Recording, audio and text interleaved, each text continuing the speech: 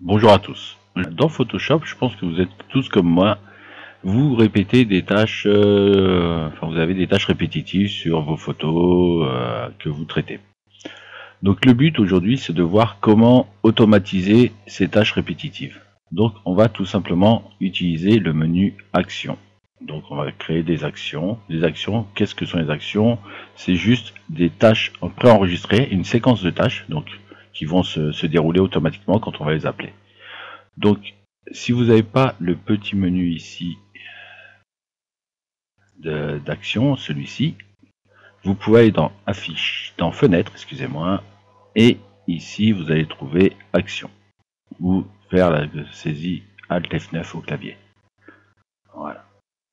Donc ce menu, comme vous pouvez le voir, il y a déjà des actions par défaut. Alors là, moi j'en ai d'autres parce que j'en ai rajouté.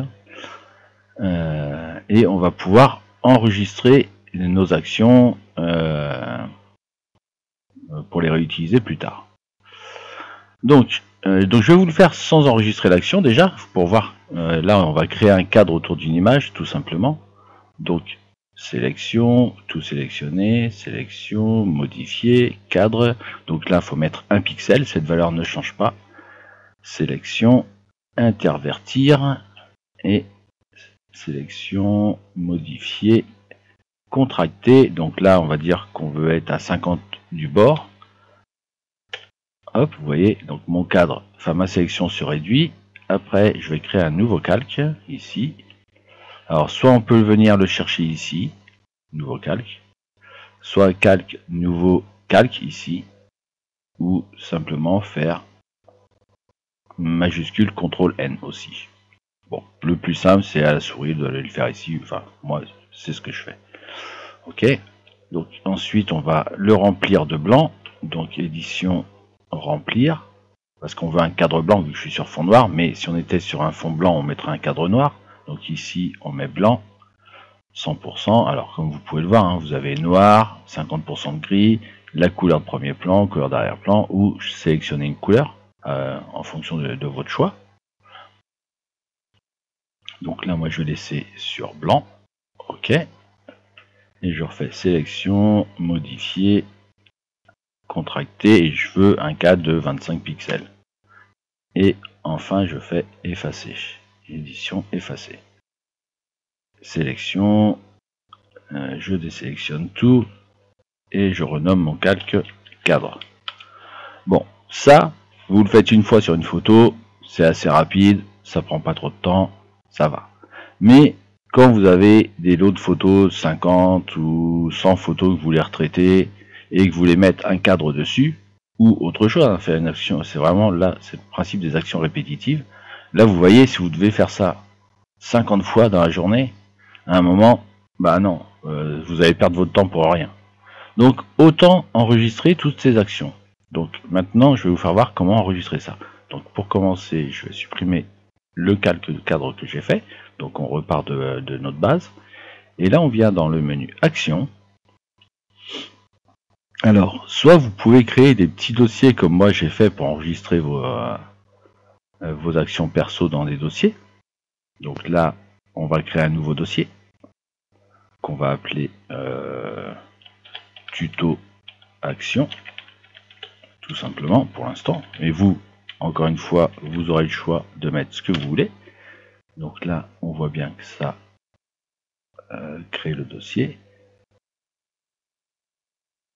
Et donc, une fois qu'on est là, il me semble qu'il faut faire le plus. Voilà, donc là, on va créer une nouvelle action. Donc cette action, comment est-ce qu'on va l'appeler? Bon, on va l'appeler cadre. Allez, on va l'appeler cadre blanc, vu qu'on est sur fond noir. Il vous demande dans quel dossier le mettre, dans quel ensemble d'actions le mettre. Donc moi je vais le mettre dans tuto action, qui est mon dernier, il va s'enregistrer là. Est-ce que on peut y associer des touches de fonction aussi? Par exemple F10 avec majuscule et contrôle, c'est-à-dire quand vous allez saisir contrôle majuscule et faire F10 en même temps, l'action va se lancer. Là pour l'instant on va pas en mettre. Et vous pouvez définir une couleur qui apparaîtra dans votre menu d'action. Allez, on va mettre bleu pour bien la voir. Et à partir du moment où j'appuie sur enregistrer, là, l'enregistrement des actions que je vais faire va commencer. Hop, donc je réduis ça. Donc je refais sélection, tout sélectionner, sélection, modifier, cadre, 1 pixel, sélection, intervertir, sélection, modifier, contracter, 50, donc nouveau calque, édition, remplir, en blanc, 100%, ok.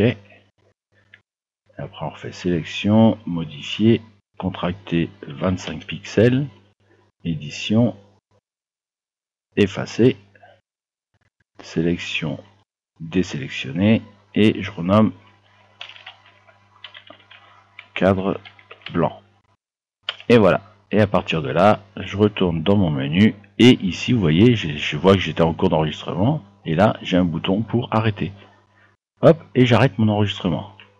Là vous voyez, donc dans tuto action, j'ai le nom de mon action et tout ce que j'ai fait dedans.